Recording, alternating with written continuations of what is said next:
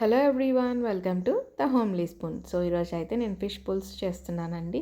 So దాన్ని ఎలా prepare చేసుకోవాలో మీకు కూడా చూపిస్తాను. ఇదైతే బొచ్చ అండి. సో దీన్ని నేను శుభ్రంగా 4-5 సార్లు ఉప్పు పసుపు వేసి కడిగేసాను. అండ్ ఇప్పుడు కూరలోకి కావాల్సిన చింతపండు పులుసు ప్రిపేర్ చేసుకుంటున్నానండి. ఒక పెద్ద నిమ్మకాయ సైజు చింతపండు కడిగేసి నానబెట్టాను. అట్లానే పులుసులోకి 4 పచ్చిమిర్చి, ఒక మీడియం సైజు ఆనియన్ తీసుకుంటున్నానండి.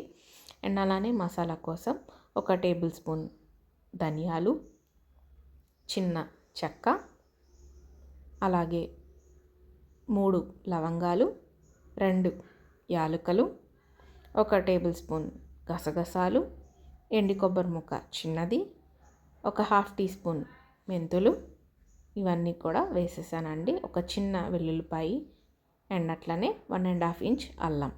సో మొత్తం కూడా మిక్సీ పట్టేశానండి. ఒక పచ్చిమిర్చి తప్ప మిగతా అన్నీ కూడా కలిపి మిక్సీ పట్టేశాను. అండ్ ఇప్పుడు 3 టేబుల్ స్పూన్ గ్రౌండ్నట్ ఆయిల్ వేసుకుంటున్నాను. నేను ఎప్పుడు నీసు కూరలోకి పచ్చళ్ళలోకి గ్రౌండ్నట్ ఆయిల్ యూస్ చేస్తాను.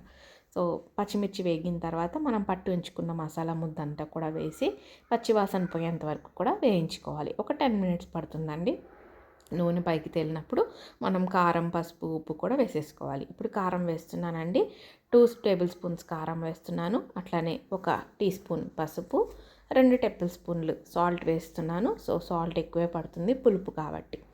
సో ఇది కూడా పచ్చివాసన పోయేంత వరకు ఒక 3-4 మినిట్స్ వేయించుకుంటే చక్కగా పచ్చివాసన పోతుంది, బాగుంటుంది కూడా.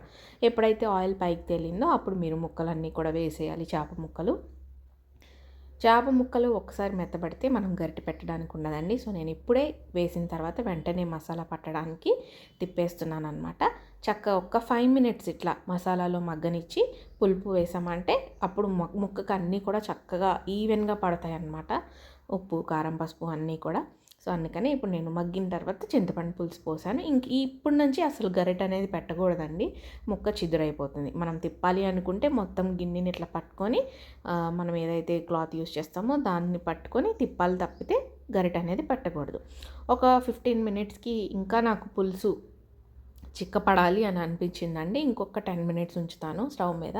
సో మనం చూసిన ప్రతిసారి కూడా ఒకసారి ఇలా తిప్పి పెట్టుకోవాలి. అప్పుడు అడుగు అంటకుండా మనం అడుగు నుంచి ముక్కలు కూడా కదులుతాయి కాబట్టి చక్కగా ఉడుకుతుంది.